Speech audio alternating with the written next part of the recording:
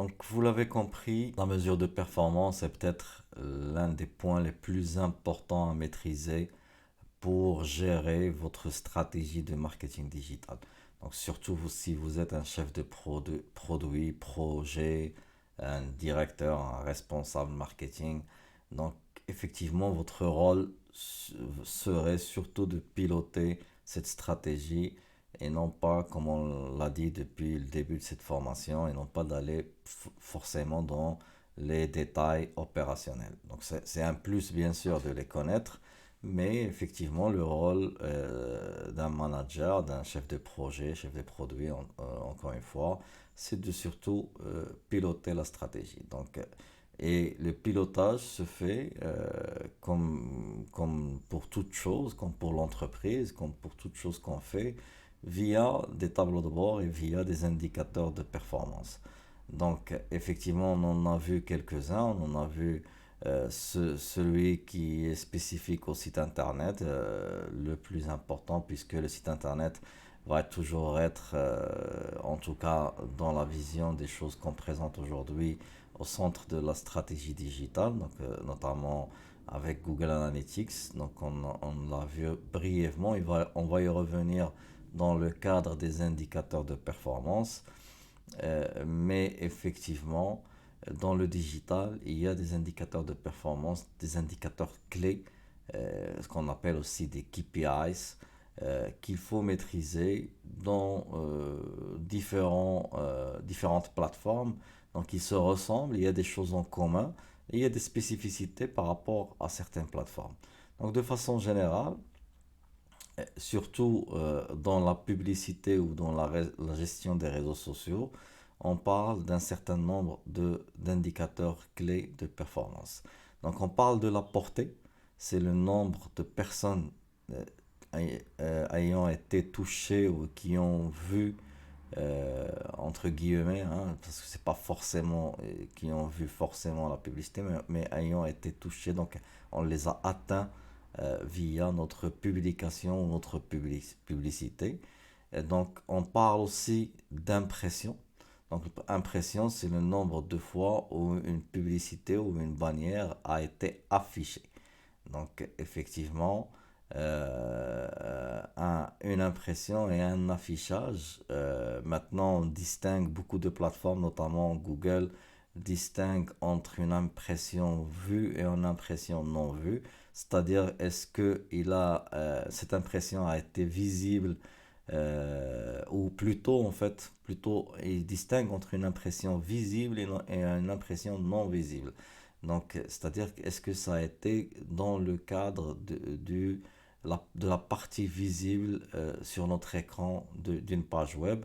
Donc, bien évidemment, si on a une publicité ou une publication en bas de page qu'il faut encore scroller pour la voir, c'est vrai que c'est comptabilisé comme une impression, surtout dans le cadre de la publicité. Display, on va y revenir plus tard dans cette formation. Mais c'est pas une impression visible. Donc, on aura l'occasion d'en parler un peu plus quand on va aborder vraiment l'analyse de performance de nos actions plus tard dans cette formation. Donc, bien évidemment, comme quelqu'un a vu donc une publicité ou une publication, s'il est intéressé, il va cliquer dessus. Donc, d'où l'indicateur clé qui est le clic. Donc, on est intéressé de savoir combien de personnes ont cliqué sur une publication ou sur une publicité. Et d'où le premier indicateur de performance, on va dire, important, c'est le taux de clic ou le CTR, donc le click-through rate.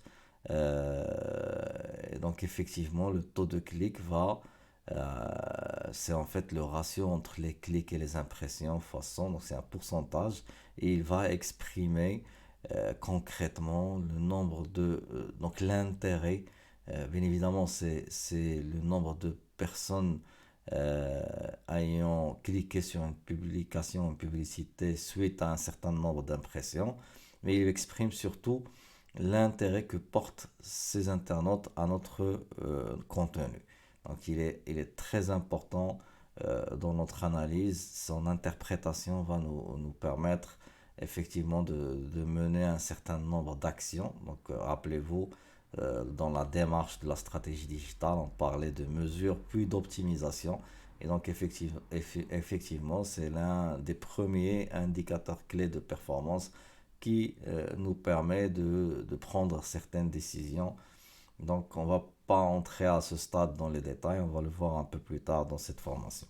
On parle aussi de la fréquence ou de la répétition, qui est une moyenne et qui exprime le nombre de fois qu'une personne va voir notre publication ou notre publicité. Et donc c'est particulièrement important dans le cadre des réseaux sociaux ou même en display. Et on va voir plus tard en quoi c'est important et comment il faut l'interpréter. Donc on a parlé tout à l'heure de clics, donc une personne, un internaute qui a vu notre publicité ou une publication, et elle a cliqué dessus, elle s'est redirigée vers notre site internet et donc a fait une action. Donc ça peut être un achat, ça peut être quelqu'un qui remplit un formulaire pour une demande de rendez-vous, donc un lead. Donc on appelle ça une action de conversion. Donc c'est ce qui nous intéresse effectivement à mesurer le plus parce que certainement ça va être l'un des plus grands objectifs de notre site internet, l'un des objectifs les plus importants. Et donc de la même manière, on peut parler d'un taux de conversion. Donc, donc combien de personnes j'ai eu besoin pour avoir justement une personne qui a converti, donc un lead ou un client.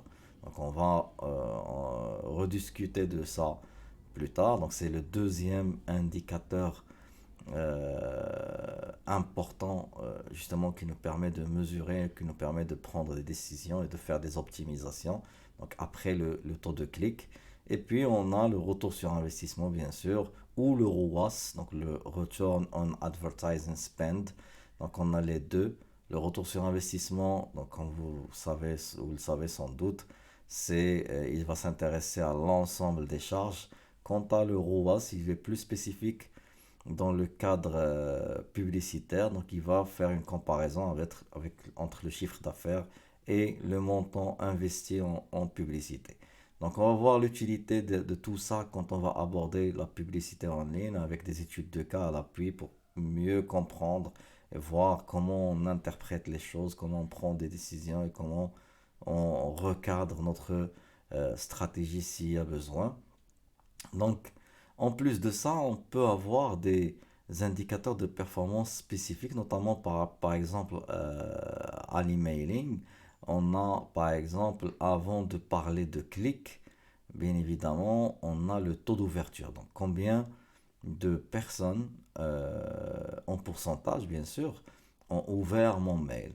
Et c'est là qu'on parle, c'est qu'après qu'on parle en fait de clics. Donc la particularité de l'emailing aussi, c'est qu'on considère en fait une impression, euh, une personne à qui on a envoyé effectivement un email. Donc, donc justement, vous aurez plusieurs interprétations possibles. C'est vrai que l'impression dans ce cadre-là n'est pas si importante que dans une impression d'une publicité ou d'une publication. Donc, on va en discuter plus tard dans cette formation. Ça se compare et dans le métier, dans le jargon, en fait, on compare l'une à l'autre. Donc, on parle bien sûr du taux de spam, du bounce rate et d'autres indicateurs qu'on verra plus tard effectivement dans les chapitres à venir. Donc, maintenant, il existe d'autres indicateurs qui sont beaucoup plus liés à Google Analytics dans la lecture des différents rapports qu'on a vus ensemble dans les précédentes vidéos. Et rendez-vous à la session suivante pour en discuter.